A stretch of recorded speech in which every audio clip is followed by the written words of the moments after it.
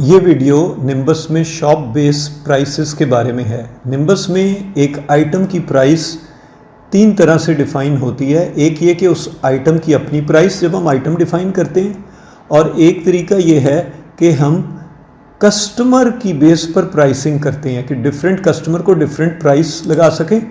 और कई बार हमें जब मल्टी स्टोर होता है तो उसमें हमें हर दुकान के ऊपर डिफरेंट प्राइसेस रखनी होती हैं, जिसको स्टोर बेस प्राइसेस बोलते हैं। तो ये वीडियो स्टोर बेस प्राइसेस के बारे में है।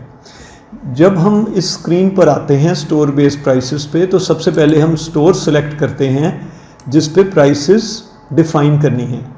इसके बाद मूव नेक्स्ट के बटन को प्रेस करेंगे तो यहाँ पर अब आइटम सिलेक्शन है।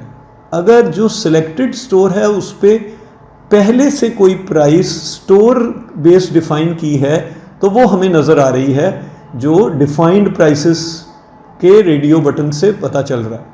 अब मैं अपने आइटम सेलेक्ट करूँगा, एक एक करके आइटम डाल सकता हूँ, या मैं आइटम सिलेक्शन में कोई डिपार्टमेंट सेलेक्ट किया, मैं कॉस्मेटिक डिपार्टमेंट करूँगा, चाहूँ तो कैटेगरी लगा सकता हूँ और मूव नेक्स्ट करूँगा। अब उस डिपार्टमेंट के तमाम आइटम्स मेरे पास लिस्ट हो रहे हैं। उनमें से जिसकी पहले से डिफाइंड है वो सब्ज़ रंग के इस एंट्री बॉक्स में मुझे हाईलाइटेड और नज़र आ रहा है, और जिसकी अभी स्टोर बेस डिफाइन नहीं है वो स्टैंडर्ड प्राइसेस मुझे यहाँ से पता है, और मैं वो चाहूँ तो मैं कुछ भी डाल सकता हूँ।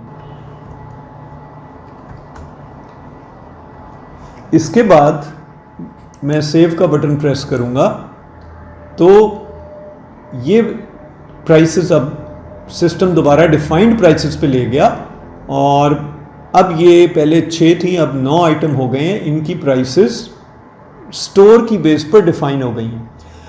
अब जब मैं इस स्टोर पे इनवॉइस बनाऊंगा तो इसका इफेक्ट मुझे नज़र आएगा। सेल की स्क्रीन पर मैंने मल्टी स्टोर के केस में स्टोर 1 सेलेक्ट किया है, और ये आईलाइनर है, इसकी मैंने प्राइस स्टोर की अपनी प्राइस डिफाइन की थी। जब मैं इसको लोड करूंगा तो आप देख रहे हैं कि 550 के बजाय सिस्टम ने यहाँ पर 580 लोड किया है। इसी तरह ये ब्लश ऑन, इसकी प्राइस भी 550 है, जबकि हमने स्टोर की बेस की प्राइस 570 दी थी। तो ये इनवॉइस बनाते हुए system store base invoice pick करेगा। अलबत्ता वो तमाम आइटम जिसकी प्राइस स्टोर बेस डिफाइन नहीं की तो स्टैंडर्ड प्राइस पिक होकर हमारे पास आएगी।